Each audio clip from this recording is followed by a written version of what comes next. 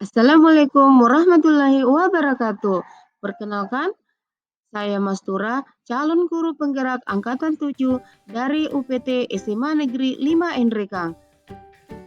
Kali ini, saya akan memaparkan demonstrasi kontekstual modul 1.4 Budaya Positif, yakni praktik restitusi segitiga. Namun sebelumnya perkenalkan, fasilitator kami Ibu Detranda Asrawati MPD dan pengajar praktik Bapak Haji Arif Candik SPD MPD. Menurut dosen, restitusi adalah proses menciptakan kondisi bagi murid untuk memperbaiki kesalahan mereka sehingga mereka bisa kembali ke kelompoknya dengan karakter yang lebih kuat. Restitusi membantu murid menjadi lebih memiliki tujuan, disiplin positif, dan memulihkan dirinya setelah berbuat salah. Restitusi bukanlah untuk menebus kesalahan, namun untuk belajar dari kesalahan. Segitiga restitusi merupakan tahapan tindakan yang dilakukan guru untuk membawa siswa menaati kesepakatan kelas yang telah ditetapkan dan mengakui secara sadar dan terbuka ketika melakukan kesalahan, serta merasakan kenyamanan ketika sudah berperilaku jujur. Langkah-langkah restitusi, yang pertama menstabilkan identitas, yang kedua memvalidasi tindakan yang salah, dan yang ketiga menanyakan keyakinan.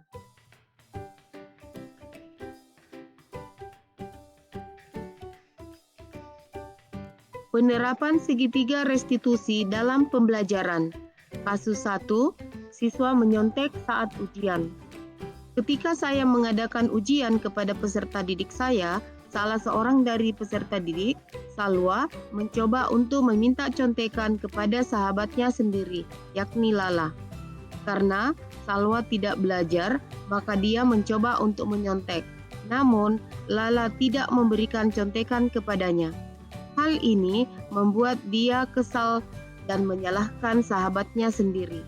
Saya sebagai wali kelas dan guru bahasa Inggrisnya memanggil Salwa ke ruangan saya.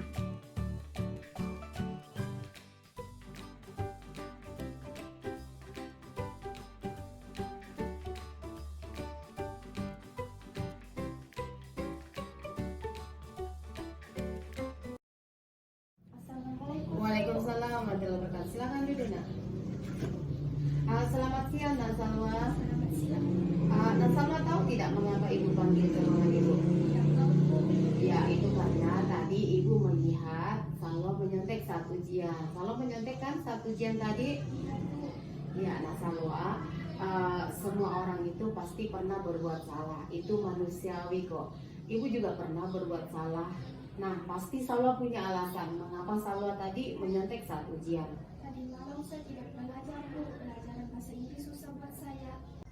Oh begitu, kamu bisa kok melakukan hal ini. Namun Salwa harus tahu bahwa menyontek itu adalah perbuatan yang kurang baik, apalagi saat ujian. Nah sekarang Salwa harusnya melakukan hal lain yang lebih baik lagi. Iya, Bu. Ya, nah sekarang menyontek itu baik atau tidak? Tidak baik, Bu. Iya, tidak baik karena itu adalah perbuatan yang tidak jujur. Jadi Salwa ingat dengan keyakinan kelas kita. Ingat, Bu. Iya. Dan Salwa tahu keyakinan kelas mana yang tidak sesuai dengan menyontek di dalam kelas ini saat ujian. Selalu jujur dalam segala hal, Bu. Iya, bagus sekali. Kita harus jujur dalam segala hal. Nah, sekarang menurut Salwa sifat jujur ini baik dilakukan atau tidak dalam kehidupan kita? Baik dilakukan, Bu. Yakin ya kalau misalnya ini adalah perbuatan yang sangat baik dilakukan? Yakin, Bu. Iya, nah kalau begitu apa yang bisa Salwa lakukan supaya tidak menyontek lagi saat ujian? Saya akan belajar dengan baik, Bu. Terus apalagi selain itu? Kalau saya tidak mengerti pembelajarannya, saya akan minta tolong kepada teman saya untuk mengajar saya, Bu. Oke, bagus sekali. Jadi ingat ya nak, jujur itu dalam segala hal itu adalah hal yang harus kita terapkan dalam kehidupan kita.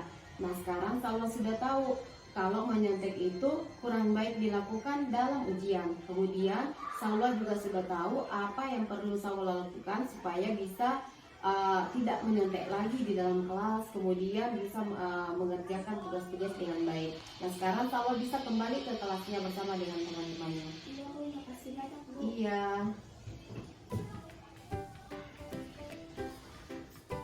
Kasus kedua, peserta didik saya sering terlambat masuk belajar. Saya mendapatkan laporan dari beberapa guru mata pelajaran bahwa salah seorang dari anak wali saya, yakni Mutmainnah, sering terlambat masuk belajar di pagi hari, serta sering tidak mengerjakan tugas yang diberikan oleh guru. Saya selaku wali kelas memanggil Mutmainnah ke ruangan saya untuk menyelesaikan masalahnya tersebut. Selamat siang Mutmainnah. Siang Bu. Mutmainnah tahu tidak mengapa Ibu panggil ke sini? Tidak Bu. Ibu mendengar beberapa laporan dari guru-guru, katanya Mutmainnah ini sering datang terlambat ke kelas dan sering tidak mengerjakan tugas dari Bapak Ibu guru. Cerita saja, mungkin Ibu bisa bantu? Iya Bu. Iya, Mutmainnah, orang itu biasa berbuat salah, itu biasa kok. Ibu juga biasa berbuat salah, Ibu juga biasa terlambat datang ke sekolah waktu sekolah dulu. Tapi karena Ibu sadar bahwa kita harus mengatur waktu dengan baik, makanya Ibu tidak terlambat lagi ke sekolah. Nah, Mutmainnah juga pasti punya alasan mengapa datang terlambat ke sekolah. Iya Bu, saya terlambat bangun tidur dan saya harus mengantar adik saya ke sekolah dan sekolahnya itu jauh. Oh begitu, itu bisa kok dilakukan. Namun Mutmainnah harus tahu bahwa sering datang terlambat ke kelas itu tidak bagus dan itu merugikan Mutmainnah juga sendiri.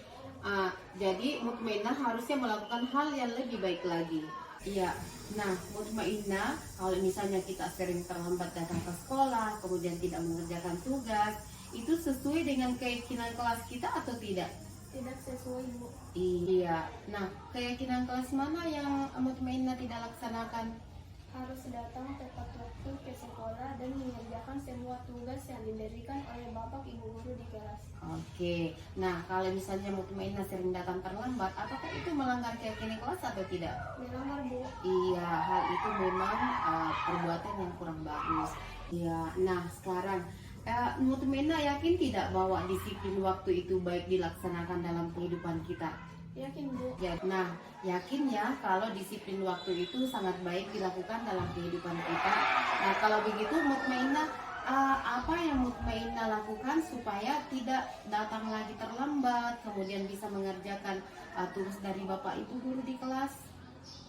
Saya akan bangun lebih cepat Bu dan saya akan mengatur waktu saya untuk ke sekolah dan mengantar terlebih dahulu adik saya ke sekolah. Iya, bagus sekali. Apalagi yang bisa dilakukan selain itu? Kalau saya tidak mengerti untuk mengerjakan PR, saya akan meminta tolong kepada teman saya untuk membantu saya. Oke, oh bagus sekali Mutmainnah. Nah sekarang Mutmainnah sudah tahu bahwa datang terlambat ke sekolah itu dan tidak mengerjakan tugas itu adalah hal yang melanggar keyakinan kelas kita. Nah sekarang Mutmainnah juga tahu bahwa hal itu tidak boleh dilakukan. Kemudian Mutmainnah juga tahu bahwa apa yang harus dilakukan Mutmainnah supaya bisa datang tepat waktu di kelas, kemudian bisa mengerjakan tugas dengan baik. Sudah tahu ya apa yang dilakukan. Nah kalau begitu Mutmainnah bisa kembali ke kelasnya bersama dengan teman-temannya. Terima kasih Bu. Iya, sama-sama. Perkenalkan, nama saya Sasana Salwa Hartono dari kelas 12 IPA 2 SMA Negeri 5 NRK. Perasaan saya setelah mengikuti skenario 3 restitusi, saya sangat senang dan sangat menyadari bahwa kita harus jujur dalam segala hal, termasuk pada saat ujian. Kita tidak boleh menyontek, karena itu merupakan perbuatan yang tidak baik. Tetapi saya diberi pemahaman bahwa menyontek itu tidak baik.